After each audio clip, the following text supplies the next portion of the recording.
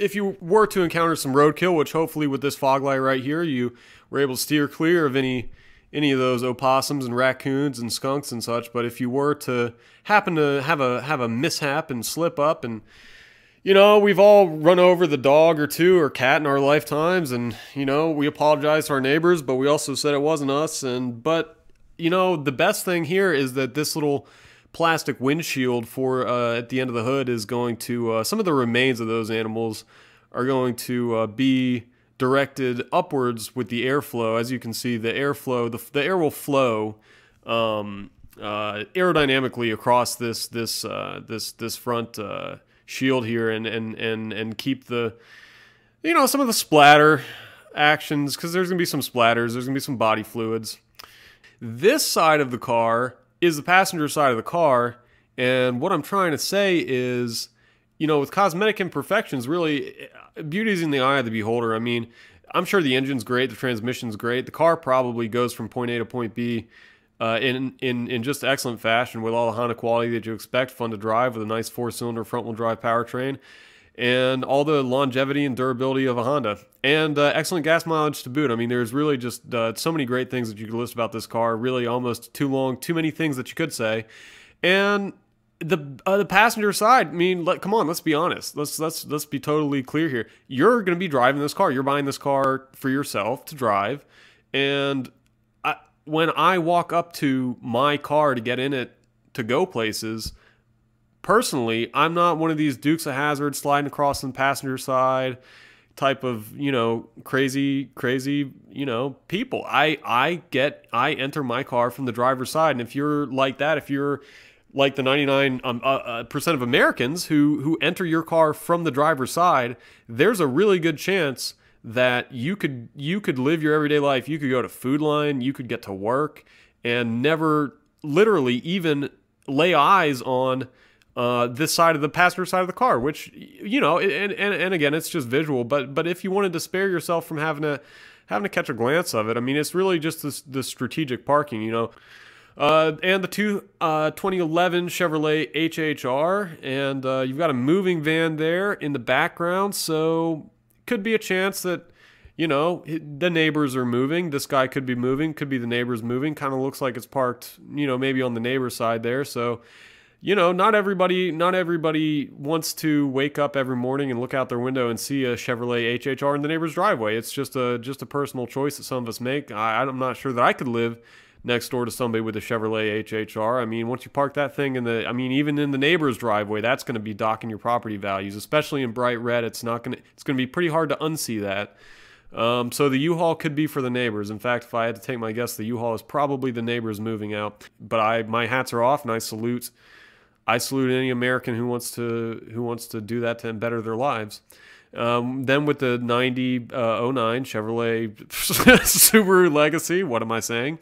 Mechanic Special needs a brake job, fast 5-speed. 4x4 model has leather seats. So, leather seats, okay, that's a malleable term. You got the leather seats, and you also have the fluffy seats. As you can see here, the seats are adorned in a soft, plush, luxurious, high pile, deep, and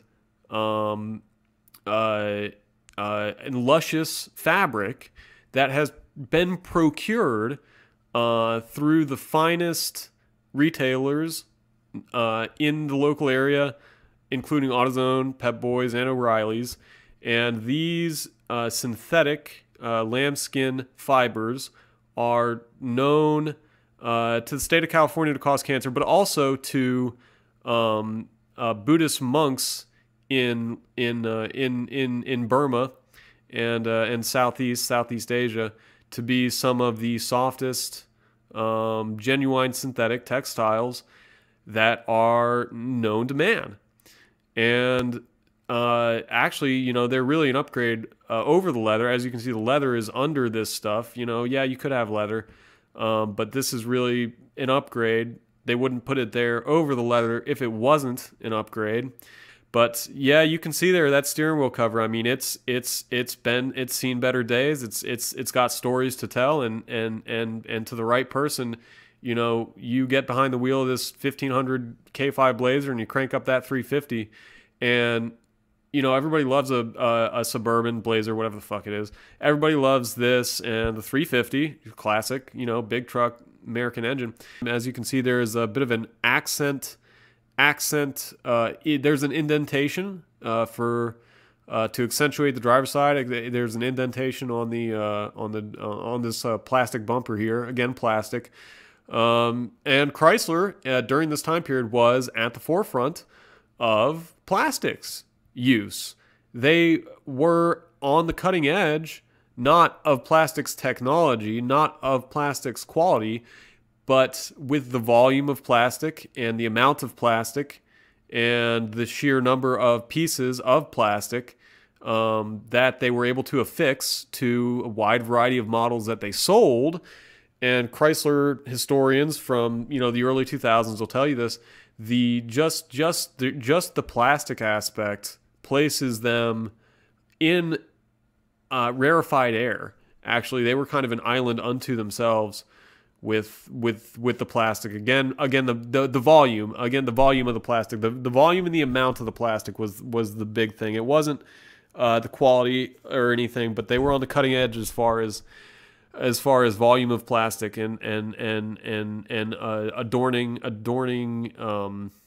just giving you that extra plastic. And it's an 04 new body style. Yeah, the new body style. The new body style for 04, because that's fresh in everybody's minds, of course, because everybody remembers I remember where I was when 9/11 happened. The other big thing in my life that I remember where I was 20 years ago when I first heard the news that the new body style Chevrolet Malibu was coming out for 2004. And I remember first laying eyes on one of these, and I thought, my God, that is just, it's completely, that is truly a different car than the 2003. And I mean, really, there is nothing more else that you can say on top of that. I mean, I saw it and I said, wow, that's a different car than the 2003 Chevrolet Malibu. I really did think that.